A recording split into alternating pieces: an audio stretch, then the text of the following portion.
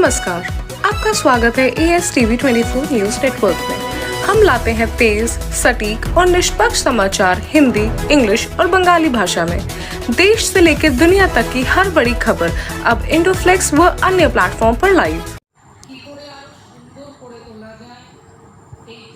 ড্রাগমুক্ত সমাজ করার বার্তা কোচবিহারের ল্যান্সডাউন হলে সামাজিক সংগঠনগুলির বিশেষ সভা। কোচবিহারের ল্যান্সডাউন হলে রবিবার দুপুর 2টো থেকে বিভিন্ন সামাজিক সংগঠনের উদ্যোগে একটি বিশেষ সভার আয়োজন করা হয়। সভায় নানা প্রান্ত থেকে একাধিক সামাজিক সংগঠনের প্রতিনিধি, কর্ণধার এবং বিশিষ্ট ব্যক্তিরা সভায় অংশগ্রহণ করেন। অনুষ্ঠানে প্রধান অতিথি হিসেবে উপস্থিত ছিলেন বিধানসভার অধ্যক্ষ রথীন্দ্রনাথ বসু। এছাড়াও বিভিন্ন দপ্তরের আধিকারিক এবং সমাজসেবীরা উপস্থিত ছিলেন। এই সভায় সমাজের বিভিন্ন গুরুত্বপূর্ণ সমস্যা নিয়ে বিস্তারিত আলোচনা হয়। বিশেষ করে যুব সমাজকে মাদকের করাল গ্রাস থেকে কিভাবে দূরে রাখা যায় এবং একটি ড্রাগমুক্ত সমাজ গড়ে তোলার লক্ষ্যে সামাজিক সংগঠনগুলির ভূমিকা কী হওয়া উচিত সেই বিষয়টি গুরুত্বের সাথে তুলে ধরা হয়। পাশাপাশি সমাজে ক্রমবর্ধমান বিভিন্ন সামাজিক অবক্ষয়, অপরাধ এবং অসামাজিক কার্যকলাপ রুখতে সাধারণ মানুষের সচেতনতা বাড়ানোর উপর জোর দেওয়া হয়। বক্তারা জানান, শুধুমাত্র প্রশাসনের উদ্যোগ নয়, সমাজের প্রতিটি মানুষ এবং সামাজিক সংগঠনকে একযোগে কাজ করতে হবে। শিক্ষা, সচেতনতা এবং সামাজিক দায়বদ্ধতার মাধ্যমে একটি সুস্থ, নিরাপদ এবং মানবিক সমাজ গড়ে তোলার লক্ষ্যে ভবিষ্যতেও এ ধরনের কর্মসূচি চালিয়ে যাওয়ার বার্তা দেওয়া হয় সভা থেকে।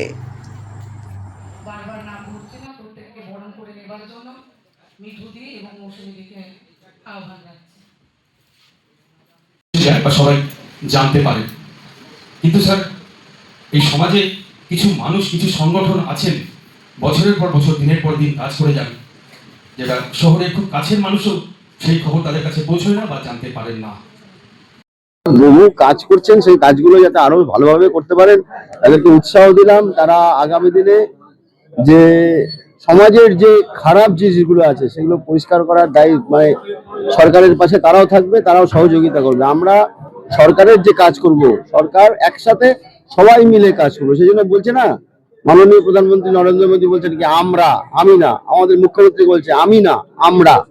সে আমরাটা এখানে হচ্ছে কুচবিহারে আমরা প্রতিষ্ঠিত করতে চাই। আপনার নির্বাচনী প্রতিশ্রুতিতে যে সমস্ত কাজগুলোর কথা বলেছিলেন, আজকে বললেন তার মধ্যে কিছু কিছু কাজ হবে, আপনারা ইতিমধ্যে সিদ্ধান্ত নিয়েছেন। দুটো কাজ আমি নির্বাচনী প্রতিশ্রুতির সাথে বলেছিলাম, আজকে আমি 13খানা কাজের কথা বললাম। বিধায়ক এলাকা উন্নয়ন তহবিলের না, এটা কুচবিহার জেলায় সমস্ত জায়গায় হবে। কুচবিহার জেলায় সমস্ত জায়গায় হবে, গভর্নমেন্ট করবে, কোনো উন্নয়ন তহবিল না, এটা গভর্নমেন্ট করবে।